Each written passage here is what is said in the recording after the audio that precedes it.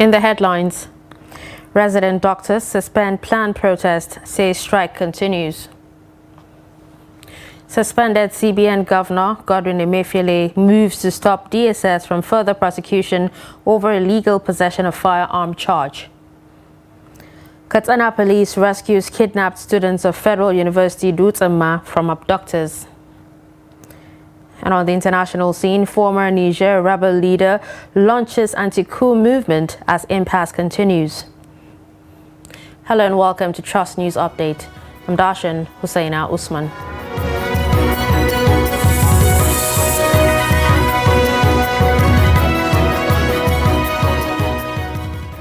And we begin with health, where the Nigerian Association of Resident Doctors has suspended its planned nationwide protests earlier scheduled to commence this Wednesday.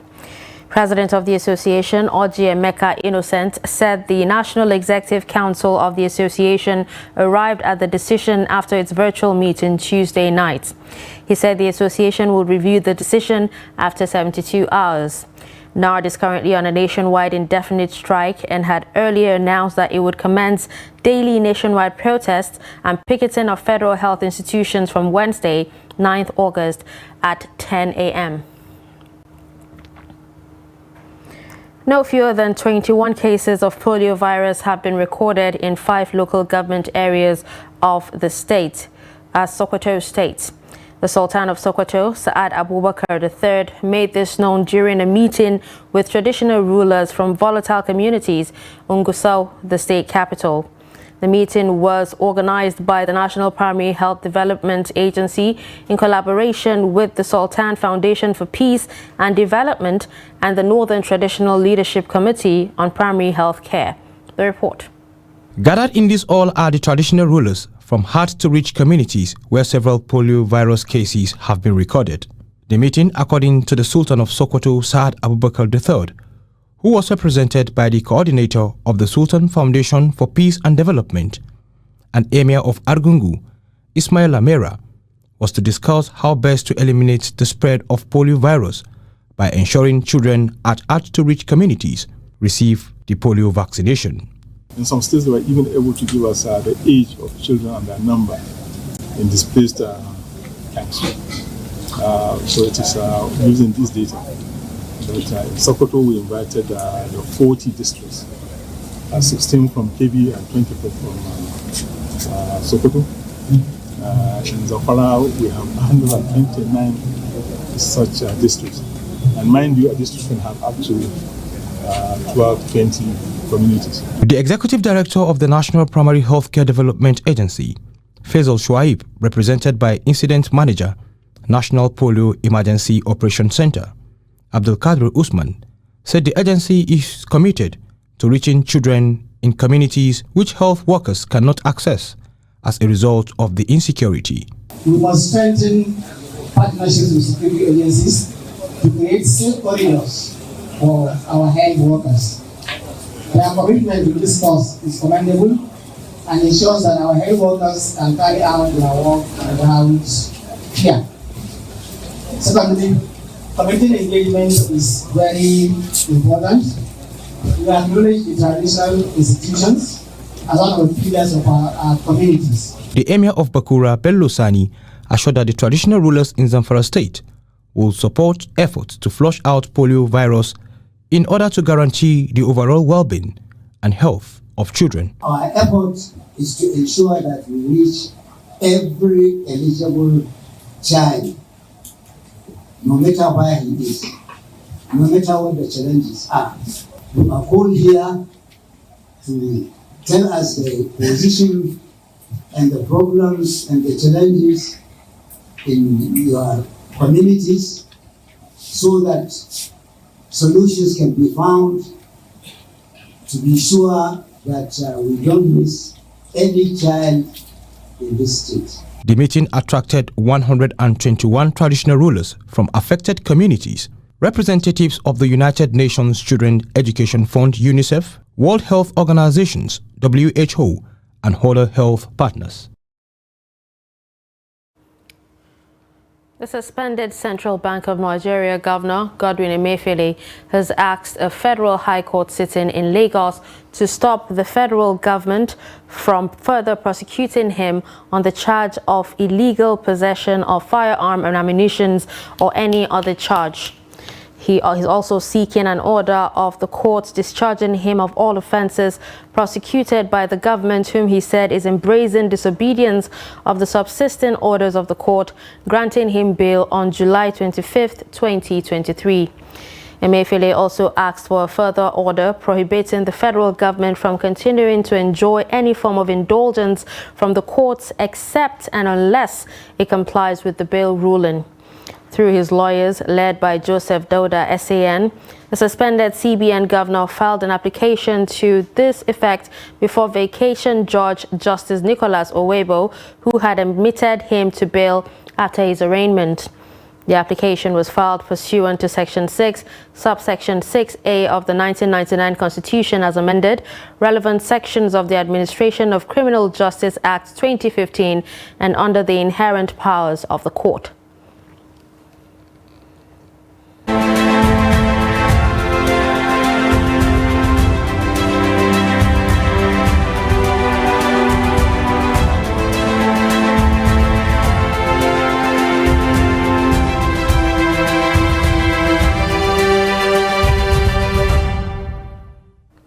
The continuous rise in the price of commodities due to the removal of fuel subsidy by federal government has taken its toll on the healthcare sector.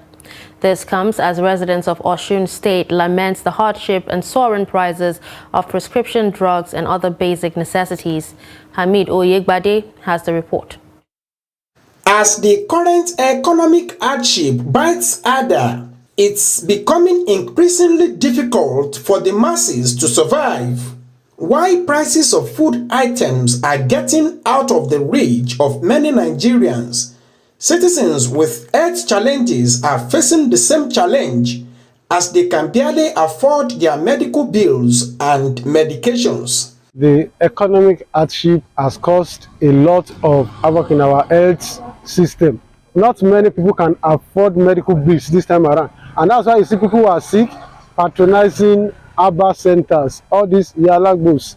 They are now the ones people are patronizing at the expense of their health. Not many people can go through buying drugs, buying injections, paying for medical bills. A friend of mine told me yesterday that he was to buy an injection at the rate of 8,500 naira. This same injection was bought at the rate of 4,000 naira 3 months ago, but now it's 8,500 naira. He couldn't afford to buy it. If people are not having good food to eat due to high costs, and people cannot afford to buy basic medical consumables, then the country is in crisis. Government must, as a matter of urgency, act. Most of these drugs and consumables in the hospitals are imported, and of course the skyrocketing dollar in the market actually affected most of those instruments, drugs and consumables used in the hospital. As part of moves to cushion the effect of the economic hardship on residents, the Osun State government is embarking on a free medical outreach in the state. The poverty level has expanded, but this is one of the major reasons why the governor of Osun State, Senator Ademola Adeleke, has embarked, told us that we must do this to be able to serve as a palliative, especially to those who cannot afford 3 square meal stock less of going to the hospital. Residents appeal to federal government to proactively address the economic hardship to end the suffering in the country. Hamid Oyegbade, Trust TV News, Osogbo.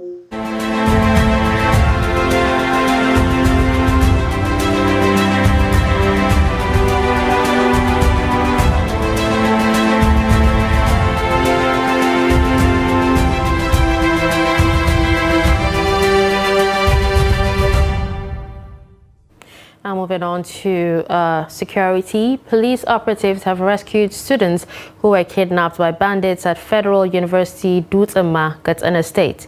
The police operatives attached to Dutse-Ma and the anti-kidnapping unit of the command trailed the kidnappers and rescued the victims. Abdullahi Yamadi has details of the report. The police command spokesperson ASP Abubakar Sadiq explained to journalists what really happened. The command succeeded in rescuing the trio of one Ibrahim Abdul Wahid, male, and two Abdurrahman Abdul Wasiyu, male, all students of Federal University Dutse-Ma, Katsina, and one Malam Dauda Magini, age 55 years old, of Bayan Radio Quarters, Dutse-Ma local government area, Katsina State. In an extraordinary demonstration of teamwork, professionalism, and unwavering dedication, the rescue team combed through the bush, successfully located and rescued the kidnapped victims unhurt. He said the command is unrelenting in the fight against activities of miscreants, locally known as Kaurai, another monster in the state after banditry. Assistant Inspector General of Police in charge of Zone 14, Katsina announced arrest of members of a notorious syndicate of armed robbers and car snatchers who specialized in terrorizing residents of Abuja, Kano, Kaduna, and Katsina. The detectives instantly searched the suspect and recovered the following items: one English pistol that is here with me here, you can see it, a TASA security device, this one is used by police officers, a motor vehicle plate number Niger Suleja 96 GK is here. There is another one also with a Dubai number, this one. 3 plate numbers were recovered, 5 ATM cards, bank token was also recovered in his possession.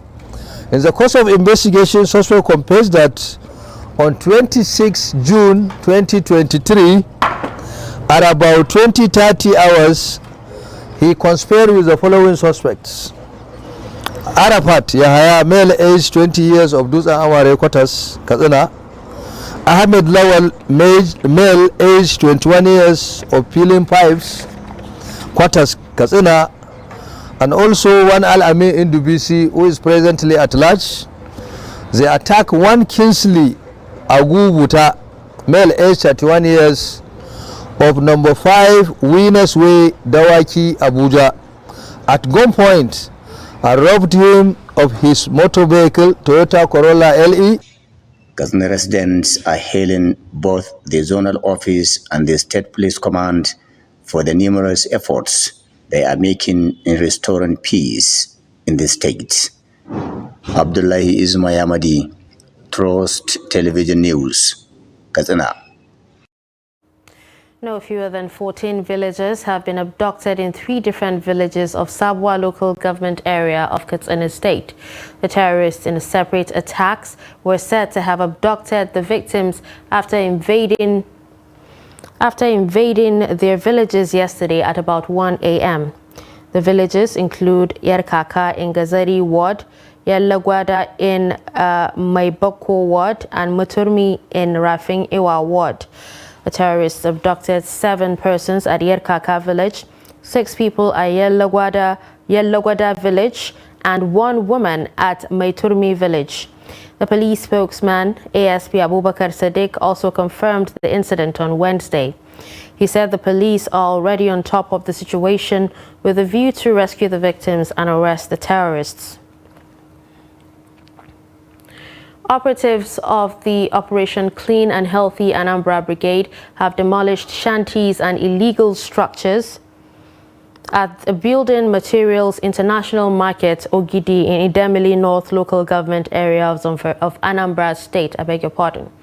The managing director, the brigade, Celestine Anere, said the exercise was aimed at clearing the illegal structures believed to be dens of hoodlums and criminals in the area. Anere said the criminal elements have been terrorizing residents and traders who come to do transactions in the market and sometimes kidnap and maim innocent citizens.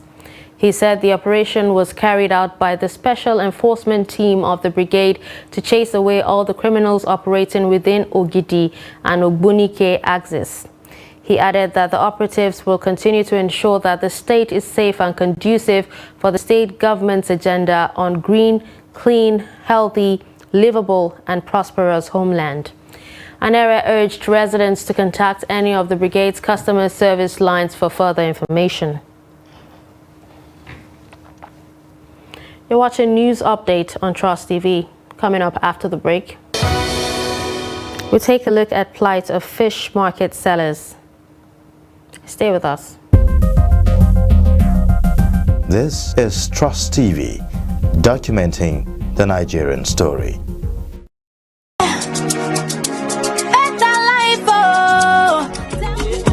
That's right, you too could be one of the 20 Zenith Bank customers that will win 150,000 Naira every 2 weeks from June 1st, 2023 until May 31st, 2024 in the Zenith Better Life Promo 3.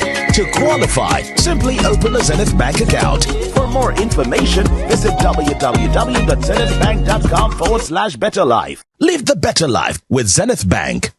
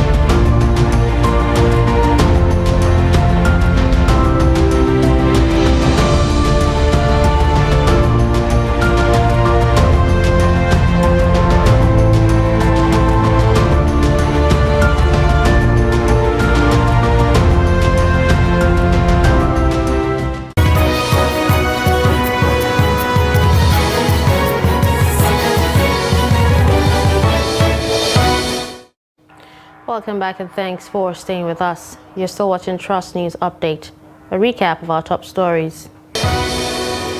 We told you that resident doctors suspend planned protest, says strike continues. You also heard that suspended CBN Governor Godwin Emefiele moves to stop DSS from further prosecution over illegal possession of firearm charge. Moving to more stories, the recent job racketeering scandal involving senior officials of the Federal Character Commission at a public hearing by the House of Representatives is generating keen reactions among Nigerians. Some see the allegations of corruption amongst the top civil servants as a recurring decimal, saying the findings have rendered the various anti-corruption measures passive, including the integrated payroll and personnel information system meant to discourage corrupt tendencies among civil servants. Trust TV's Shafiu Suleiman reports. Against them. They are going to them and collaborated. That was the chairperson of the Federal Character Commission, Muhibat Nkaka, exonerate herself from a job racketeering involving millions of naira. Her defense is, however, in sharp contrast from that of the victims of the job racketeering. My brothers, Nuruddin Emiaro and Abdulrazak Emiaro, paid the sum of 2 million naira to Badamasi A. Jallo's account on 2nd August 2022. Badamasi A. Jallo is working with Kolo Haruna, and the money paid into his account was for the employment with Federal Character Commission. They cleverly took our appointment letters from us, and they promised to regularize us, that we should be patient. So on those bases, we had the development of this investigation, and the chairman went on air saying she has wrote a letter to disengage us. So to me, how can I be engaged for 2 years waiting for posting? And the next thing I'll hear is a letter to disengage me. Hoarding and selling of job opportunities to the highest bidder by corrupt public office holders has been a recurring decimal in Nigeria's public service space. What is of concern to Nigerians is the way and manner perpetrators of such act usually go unpunished. The amount involved may not be, when you look at maybe an individual buying a job, may not sound in billions. But when you combine the effects of that, it is corrosive for the system. It damages the integrity of the system. And it makes those who ordinarily should be able to access opportunities not to be able to do so because the system has been rigged against them. And so it is very, very condemnable what is happening, what the things we are seeing coming out of the Federal Character Commission.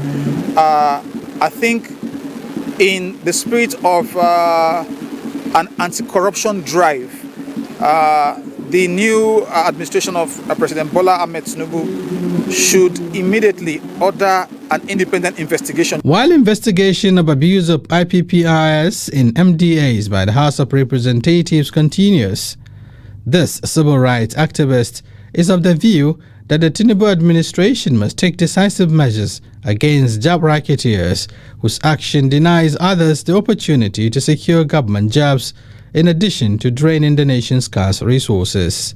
Shapiro Suleiman, Trust TV News, Abuja. Crisis is brewing between members of Fish Sellers and Fish Farmers Youth Association Baga Motor Park Fish Market Branch. The committee charged with revenue collection at the fish market and traders are appealing to Borno State government to intervene, alleging that the current leaders of the market have overstayed in office. Adamu Ngulde has more on the story.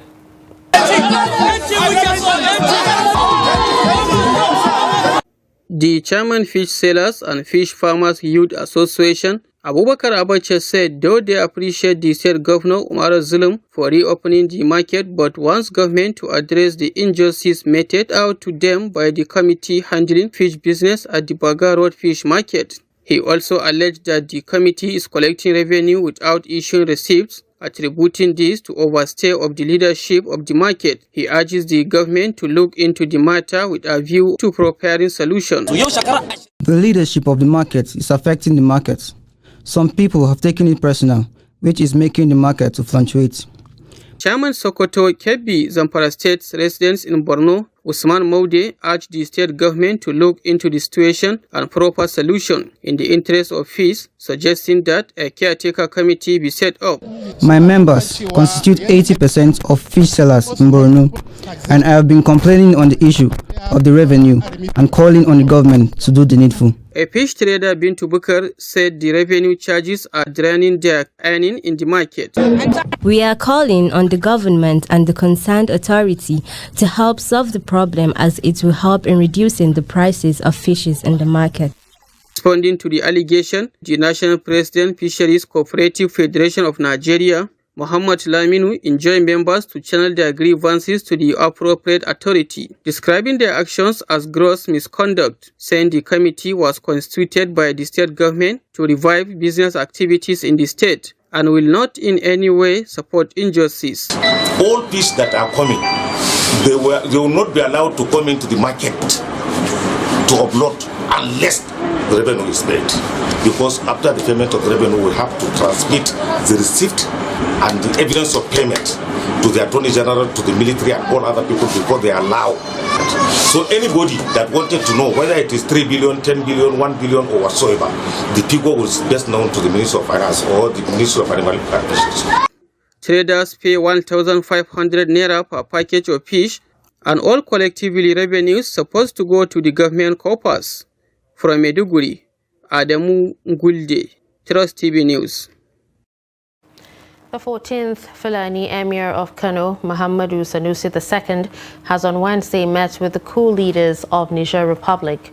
The former governor of the Central Bank of Nigeria met with the military leadership after the junta aborted a meeting with representatives of African Union, Economic Community of West African States, and a top U.S. diplomat. Sanusi is the Grand Khalifa of Tijaniya sect in Nigeria. The revered Nigerian economist met the junta leaders in company of the Sultan of Damagaran, the third largest city in Niger. The meeting comes a day after the gathering of ECOWAS leaders in Abuja. President Bola Ahmed Tinubu, who is the chairman of ECOWAS, has scheduled a meeting for Thursday after the 7-day ultimatum that the regional bloc issued for the reinstatement of President Mohamed Bazoum elapsed. ECOWAS had slammed sanctions on Niger and threatened possible military option, a move that was widely rejected, especially in Nigeria. On the international scene, Council of Resistance for the Republic has been formed by a former rebel leader and politician to oppose the military junta that took over power in Niger on July 26. This is a first sign of internal resistance to a coup in Niger. Rissa Agbola said in a statement on Wednesday that his new Council of Resistance for the Republic will strive to reinstate ousted President Mohamed Bazoum, who had been in detention at his residence since the takeover. Mali and Burkina Faso, who are backing the coup leaders, also appealed to the United Nations to prevent any military intervention. Niger's coup leaders were denied entry to African and UN envoys on Tuesday, resisting pressure to negotiate ahead of a summit of ECOWAS on Thursday. According to Agbola's statement, the CRR supports ECOWAS and any other international actors seeking to restore constitutional order in Niger, which he added will make itself available to the bloc for any useful purpose. The CRR member said several Nigerian political figures had joined the group but could not make their allegiance public for safety reasons.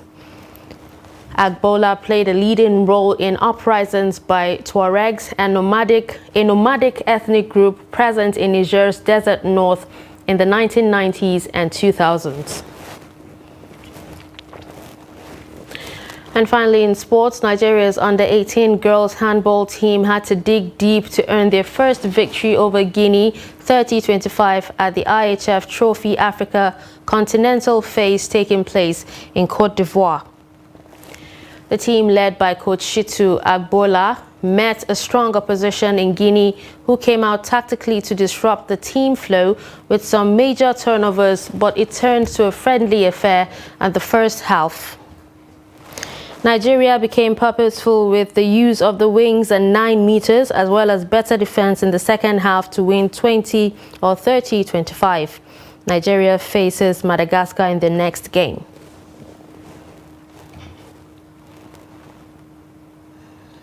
And with that, we've come to the end of Trust News Update. Don't forget to follow us across all our social media platforms. I'm Darshan Hussaina Usman. Thanks for watching.